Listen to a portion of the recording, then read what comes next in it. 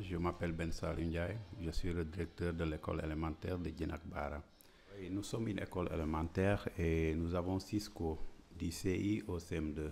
Le CI, c'est le cours d'initiation jusqu'au CM2. Le CM2, c'est les élèves qui ont 12 ans. Après l'examen, ils vont aller au secondaire. Donc l'école est structurée, je suis le directeur et nous sommes 7 enseignants, dont un enseignant arabe qui est chargé de l'éducation religieuse. Donc nous avons aussi une garderie qui, avec 4 filles qui sont bénévoles, qui travaillent avec nous. Et l'école est composée de 130 élèves, plus une cinquantaine qui sont au niveau de la garderie. Donc nous travaillons aussi en collaboration avec un comité de gestion de l'école qui est composé des parents d'élèves qui veillent pour la bonne marche de l'école. Parce que si nous faisons l'historique de l'école, c'est une école qui a été ouverte et fermée. Donc moi je suis venu ici en 2009 et l'école composée seulement de 3 classes. Donc il fallait vraiment renouer donc, le lien qui était entre l'école et la population. Donc ce que nous avons pu faire, parce que sans l'école, sans la population, l'école ne peut pas marcher. Sans l'école aussi, la population, ça ne va pas marcher. Et ça a permis aussi un taux de réussite qui a été énorme et beaucoup moins de taux d'abandon. Donc,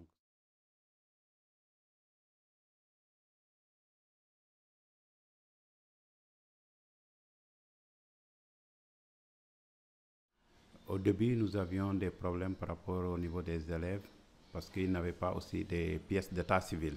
Donc, ce qui posait problème. Beaucoup d'élèves partaient en Gambie pour étudier par manque de pièces d'état civil. Mais par la grâce de Dieu, nous avons pu régler ça.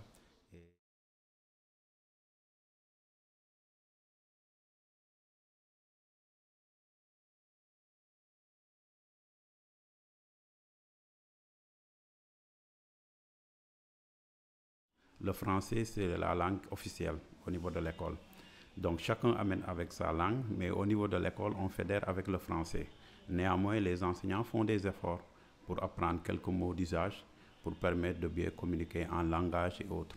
Donc c'est un échange, on apprend entre les deux langues, mais on fédère par rapport au français qui est la langue officielle qui est enseignée à l'école. Mais les problèmes ne se posent pas parce que des fois aussi il y a le gestuel, les mimes qui sont des techniques d'apprentissage que nous utilisons aussi. Donc, mais quand même, c'est une barrière qui a été franchie, la langue. Je pense que les enfants nous apprennent le mandingue, nous aussi, on les apprend notre langue locale.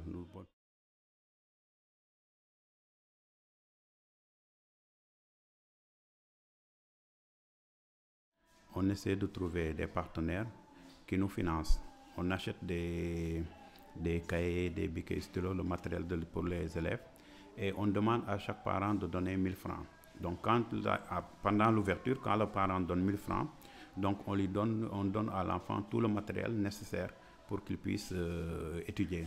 Donc les 1 000 francs, ça sert à renouveler le stock une fois que c'est terminé. Donc c'est comme ça que nous faisons. Parce que quand je suis arrivé ici, les gens, parents, trouvaient que le matériel coûtait trop cher.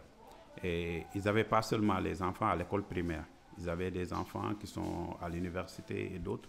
Et les charges, c'est très difficile au niveau de la scolarisation des enfants. L'inscription de 1 000 francs, ça pose problème pour les fournitures. Si nous voulons vraiment imposer aux parents de donner des uniformes, ça posera un autre problème et beaucoup plus de charges. Mais quand même, c'est beaucoup d'écoles qui ont commencé vraiment à instaurer l'uniforme. Nous avons essayé, parce que j'avais écrit un projet là-dessus, pour essayer d'avoir des uniformes, pour aussi vraiment régler le problème. Mais on attend.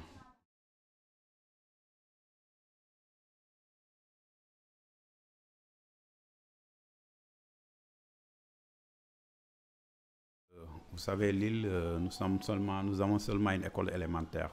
Donc, un autre défi pour les parents, c'est une fois que l'enfant a son examen, il doit changer de village. Donc, ça pose un problème d'adaptation même pour les enfants. Et ça pose aussi un autre problème de tutorat. Donc, c'est très difficile de trouver un tutorat dans un village ou dans une ville ailleurs. Donc, mais quand même, avec les liens de parenté, les parents parviennent à trouver des tuteurs.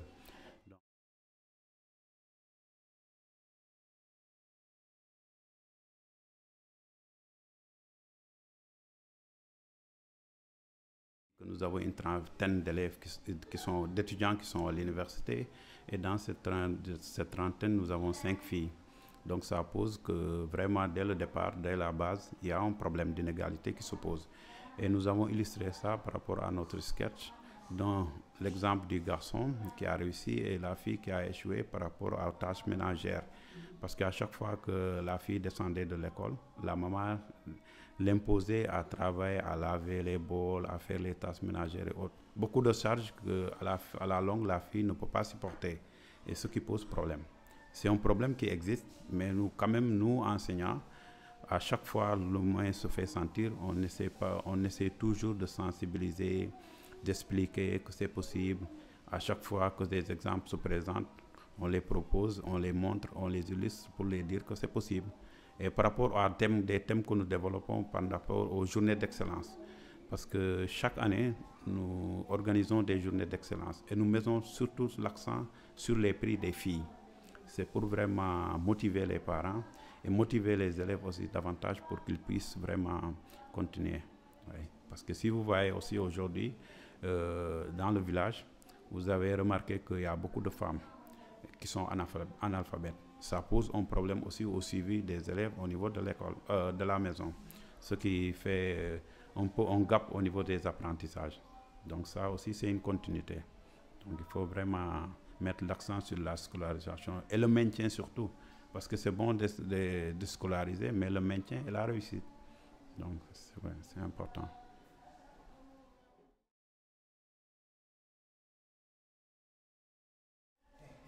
C'est moi vraiment qui vous remercie et aimerais quand même et souhaite que le travail que nous avons abattu soit bénéfique pour les élèves de Tétange et vous-même au niveau de votre ONG.